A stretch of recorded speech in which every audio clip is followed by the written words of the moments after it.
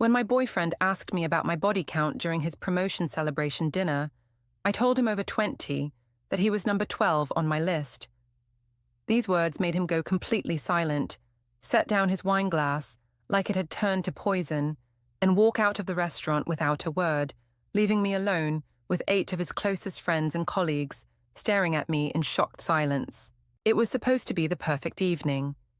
Jake had finally gotten the senior manager position he'd been working toward for 3 years at his tech company, and he wanted to celebrate with everyone who mattered to him. The celebration had been going beautifully. Jake was glowing with pride as his colleagues congratulated him, and I felt so honored to be sitting beside him as his girlfriend, watching him receive the recognition he deserved. His boss had made a toast about Jake's dedication and leadership potential, and everyone had raised their glasses in his honor. I'd never seen him look so happy and confident.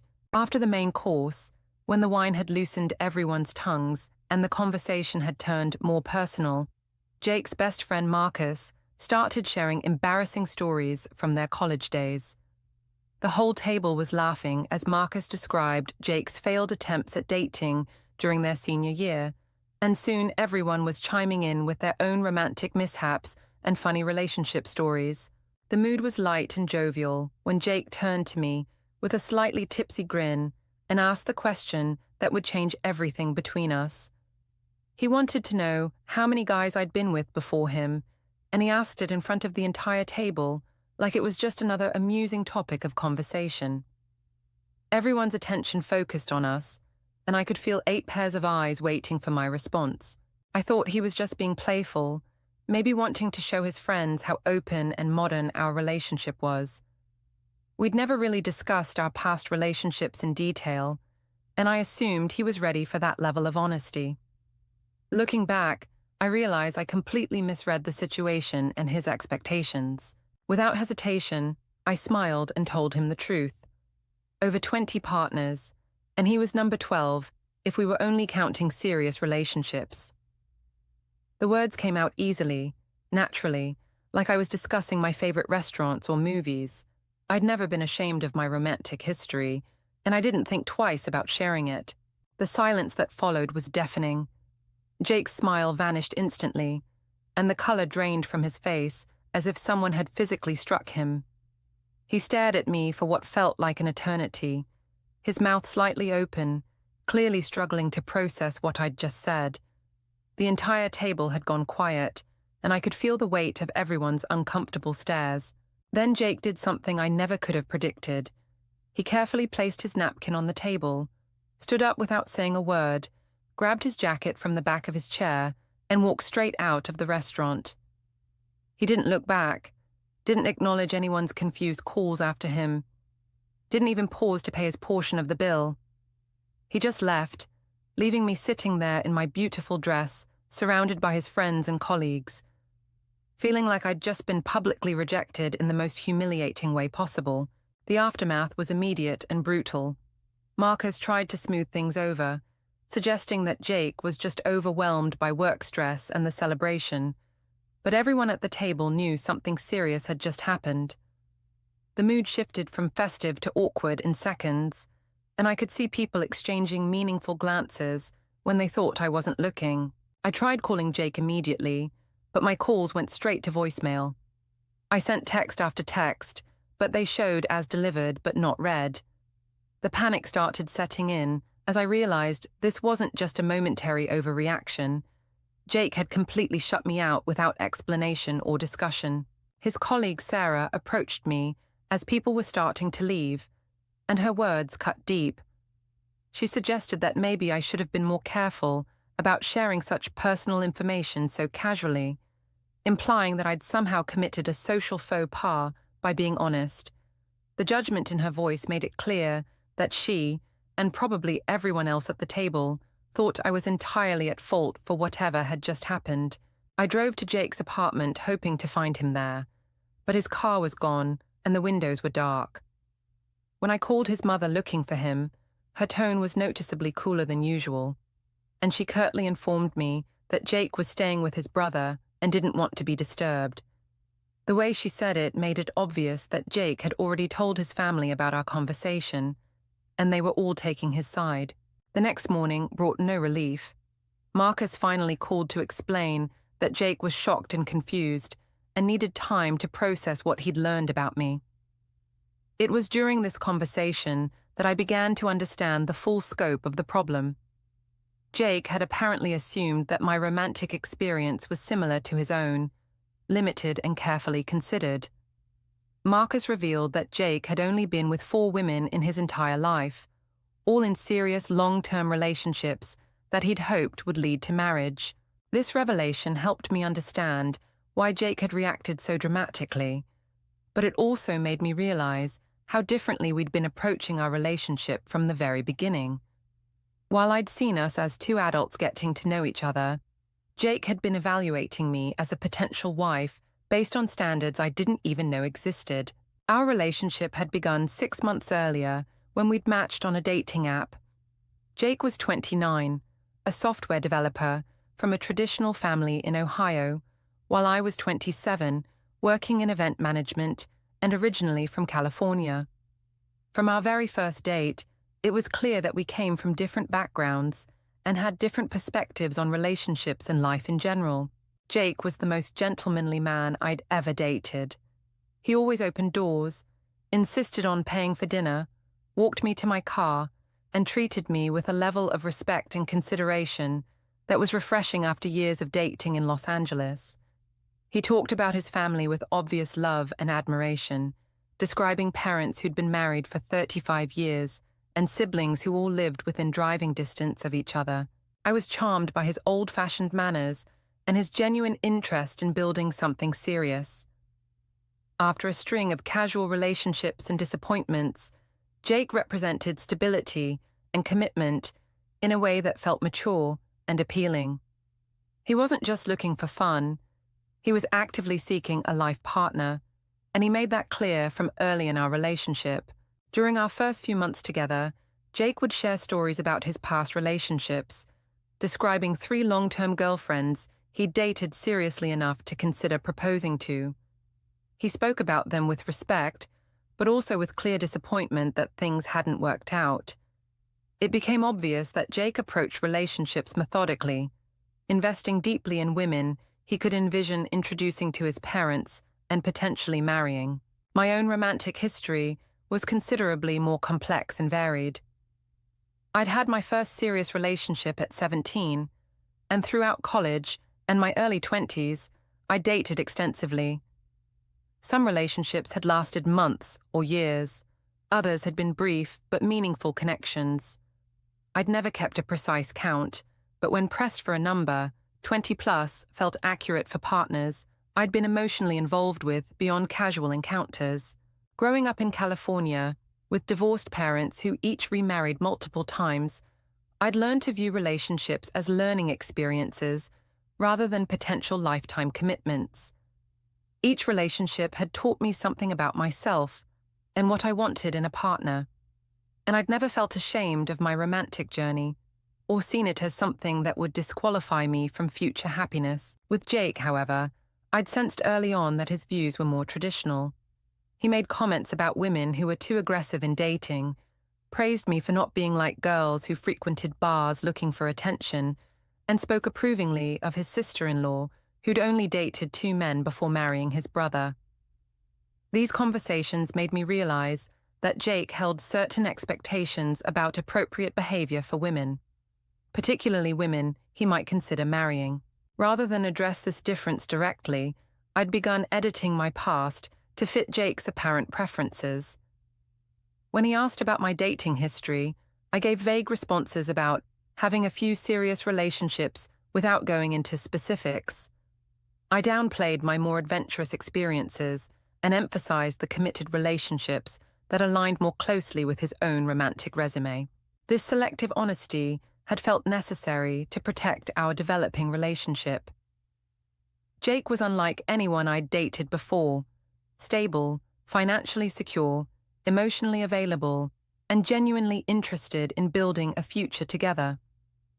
For the first time in years, I could envision myself settling down, and I didn't want my past choices to jeopardize that possibility. The deception became easier as our relationship progressed. Jake would make casual remarks about women with questionable morals or poor judgment, and I'd nod along while mentally cataloguing which parts of my past needed to remain hidden. When his mother mentioned that good girls didn't rush into physical intimacy, I smiled and agreed, while remembering relationships that had begun with immediate attraction and connection. By the time we'd been together for several months, I'd constructed an entirely false version of my romantic history. In Jake's mind, I was a woman who'd had perhaps 3 or 4 meaningful relationships, someone who approached intimacy thoughtfully and selectively. This version of me aligned perfectly with his values and expectations, but it required constant vigilance to maintain. The promotion celebration was supposed to be a milestone in our relationship. Jake had been working toward this advancement for years, and achieving it represented not just professional success, but also the financial stability that would allow him to take the next steps in his personal life. He'd been hinting about meeting his parents and talking about our future with increasing frequency. I'd prepared for the evening carefully, wanting to make the perfect impression on his colleagues and show them why Jake had chosen me as his partner. The dress he'd bought me was conservative but elegant, and I'd practiced conversations that would demonstrate my intelligence and compatibility with his professional circle. The dinner started perfectly. Jake was confident and happy, clearly proud to introduce me to his coworkers as his girlfriend. I felt like I belonged in his world, and for the first time, I could clearly picture our future together. The promotion meant we could start making serious plans, maybe even move in together officially, rather than my spending most nights at his apartment. As the evening progressed and alcohol loosened everyone's inhibitions, the conversation naturally turned to relationships and dating. Jake's friends began sharing funny stories about their romantic misadventures, and the mood was light and inclusive. When Jake asked about my past, it felt like a natural extension of the conversation, rather than a serious inquiry that would determine our future. I made the fatal mistake of assuming that Jake wanted genuine honesty. The wine had made me feel relaxed and accepted, and I thought that being open about my experience would demonstrate the trust and intimacy that characterized mature relationships. I believed that Jake's question was an invitation to share more of myself with him and his friends. Instead, my honesty created an immediate and irreparable rift. Jake's reaction made it clear that not only was my past unacceptable to him, but my willingness to discuss it publicly showed a fundamental lack of judgment that he couldn't overlook. In his mind, a woman worthy of marriage would never casually mention having been with over 20 men, regardless of the circumstances. The 3 days following the dinner were a nightmare of uncertainty and rejection. Jake disappeared completely, not responding to calls, texts, or messages through mutual friends. I learned from Marcus that Jake had taken time off work and driven to his parents' house in Ohio, presumably to discuss the situation with his family and decide how to proceed. During those 3 days of silence, the story of our confrontation spread through Jake's social circle. Sarah had apparently shared the details with her boyfriend, who'd told other people, and by the end of the week, everyone in Jake's professional and personal network knew about my revelation and his dramatic response. The reactions were tellingly divided along gender lines. The men in Jake's circle seemed universally supportive of his position, viewing my past as evidence of poor character or questionable morals. Several of them made comments to mutual friends about how Jake had dodged a bullet by discovering the truth before making any serious commitments. The women's responses were more varied, but equally troubling. Some expressed sympathy for my situation and criticized Jake for his double standards, but others suggested that I should have known better than to be so honest about such sensitive topics. Even among those who supported me, there was an underlying assumption that I'd made a tactical error, rather than been the victim of unfair judgment. When Jake finally contacted me, his entire demeanor had changed. The warm, affectionate man I'd been dating for 6 months had been replaced by someone cold and formal. speaking to me like a business acquaintance rather than someone he'd claimed to love. He used phrases like needing to evaluate our compatibility and reassessing his priorities, language that made it clear he was already distancing himself emotionally. I tried desperately to explain that my past had no bearing on my feelings for him or my commitment to our relationship. I emphasized that I'd chosen him specifically because he represented everything I wanted in a life partner, and that my previous experiences had helped me recognize his exceptional qualities. None of these arguments seemed to matter to Jake, who kept returning to his core belief that a woman with my history couldn't be the type of person he wanted to marry. The conversation that ended our relationship was brief and devastating. Jake announced that we were fundamentally incompatible on issues that mattered most to him, and that continuing our relationship would be unfair to both of us. He'd apparently spent his time in Ohio discussing the situation with his parents and siblings, all of whom had reinforced his belief that my past made me unsuitable as a potential wife and mother. Rather than face me in person, Jake had Marcus return my belongings, a box of clothes and personal items that represented 6 months of gradually merging our lives. The cowardice of this gesture hurt almost as much as the rejection itself, proving that Jake lacked even the basic respect to end our relationship face to face. The social consequences of our breakup were swift and comprehensive. Jake's friends unanimously sided with him, viewing me as the person who'd deceived and betrayed someone they cared about. Invitations to group events stopped coming, and when I encountered people from his circle, they were polite but distant, clearly uncomfortable with my presence. The professional impact was equally damaging. My work in event management meant I occasionally interacted with people from Jake's company, and word of our dramatic breakup had spread through their organization. Several potential clients became noticeably cooler after learning about the situation, apparently viewing me as someone with questionable judgment or moral standards. Most painfully, I began to internalize some of the criticism directed at me. For the first time in my adult life, I felt genuine shame about my romantic history and started questioning choices I'd never previously regretted. The constant judgment from Jake's circle made me wonder if my approach to relationships had been fundamentally flawed and whether I deserved the rejection I'd experienced. Jake moved on remarkably quickly, beginning a relationship with a colleague named Jennifer within a month of our breakup. Jennifer was everything I apparently wasn't. Quiet, reserved, from a religious family, with minimal dating experience. Seeing their photos together on social media was torture, as they looked like the perfect conservative couple that Jake had always envisioned for himself. The contrast between Jennifer and me couldn't have been more stark. Where I was outgoing and experienced, she was demure and innocent. Where I had a complicated romantic history, she had a simple one that aligned perfectly with Jake's values. Their relationship progression followed the traditional pattern Jake preferred, with formal introductions to family and carefully planned milestones that announced their serious intentions. Within 6 months, Jake and Jennifer were engaged, and their wedding announcement featured all the language about purity and traditional values that I now recognized as Jake's core beliefs. They looked genuinely happy together, and I had to acknowledge that Jake had found exactly what he'd been looking for, someone whose past matched his vision of an appropriate wife. The experience forced me to confront some uncomfortable truths about relationships and compatibility. While I still believed that my romantic history shouldn't define my worth as a partner, I also had to accept that Jake's values were genuinely held and not necessarily wrong, just different from mine. We'd been fundamentally incompatible in ways that went beyond our different levels of experience. I also had to acknowledge my own role in our relationship's failure. By misrepresenting my past from the beginning, I'd built our connection on a foundation of deception that was destined to crumble eventually.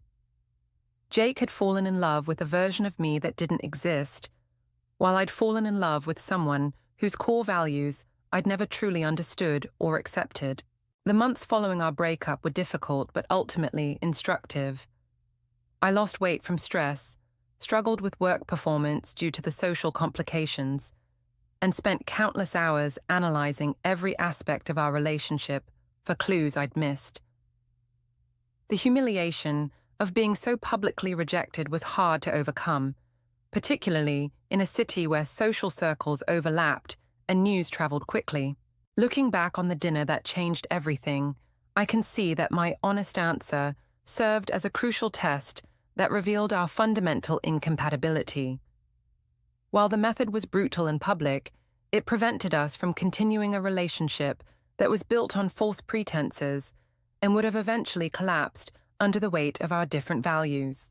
Jake's dramatic exit that night wasn't really about the number I gave him. It was about recognizing that the woman he'd been dating for 6 months wasn't the person he'd thought she was. His reaction was extreme, but it was also authentic to his beliefs and values, even if I couldn't respect the way he handled the situation. The story became somewhat legendary in our social circle, a cautionary tale that people shared about the importance of compatibility and honesty in relationships. Some used it to argue that certain topics should remain private, while others saw it as proof that fundamental differences will always emerge eventually. I learned that relationships require not just love and attraction, but also aligned values and mutual acceptance of each other's complete histories. Jake and I had both been trying to fit into versions of ourselves that weren't entirely authentic, and the truth was bound to emerge eventually in some form. The experience also taught me about the persistence of double standards in dating and relationships. While men with extensive romantic histories are often viewed as experienced and desirable, women with similar backgrounds face judgment and rejection. This inequality is unfair, but remains a reality that affects how relationships develop and survive.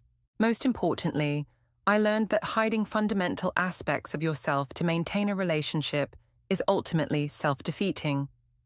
The energy required to maintain deception is enormous, and the constant fear of discovery creates anxiety that undermines genuine intimacy.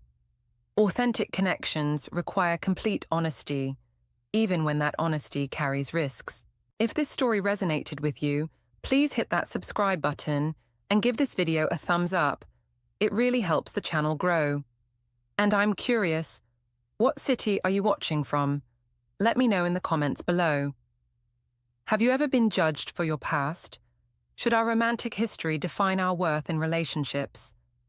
Sometimes being honest comes at a price, but it's better than building love on lies. Share your thoughts about whether the past should stay in the past, and I'll see you in the next story.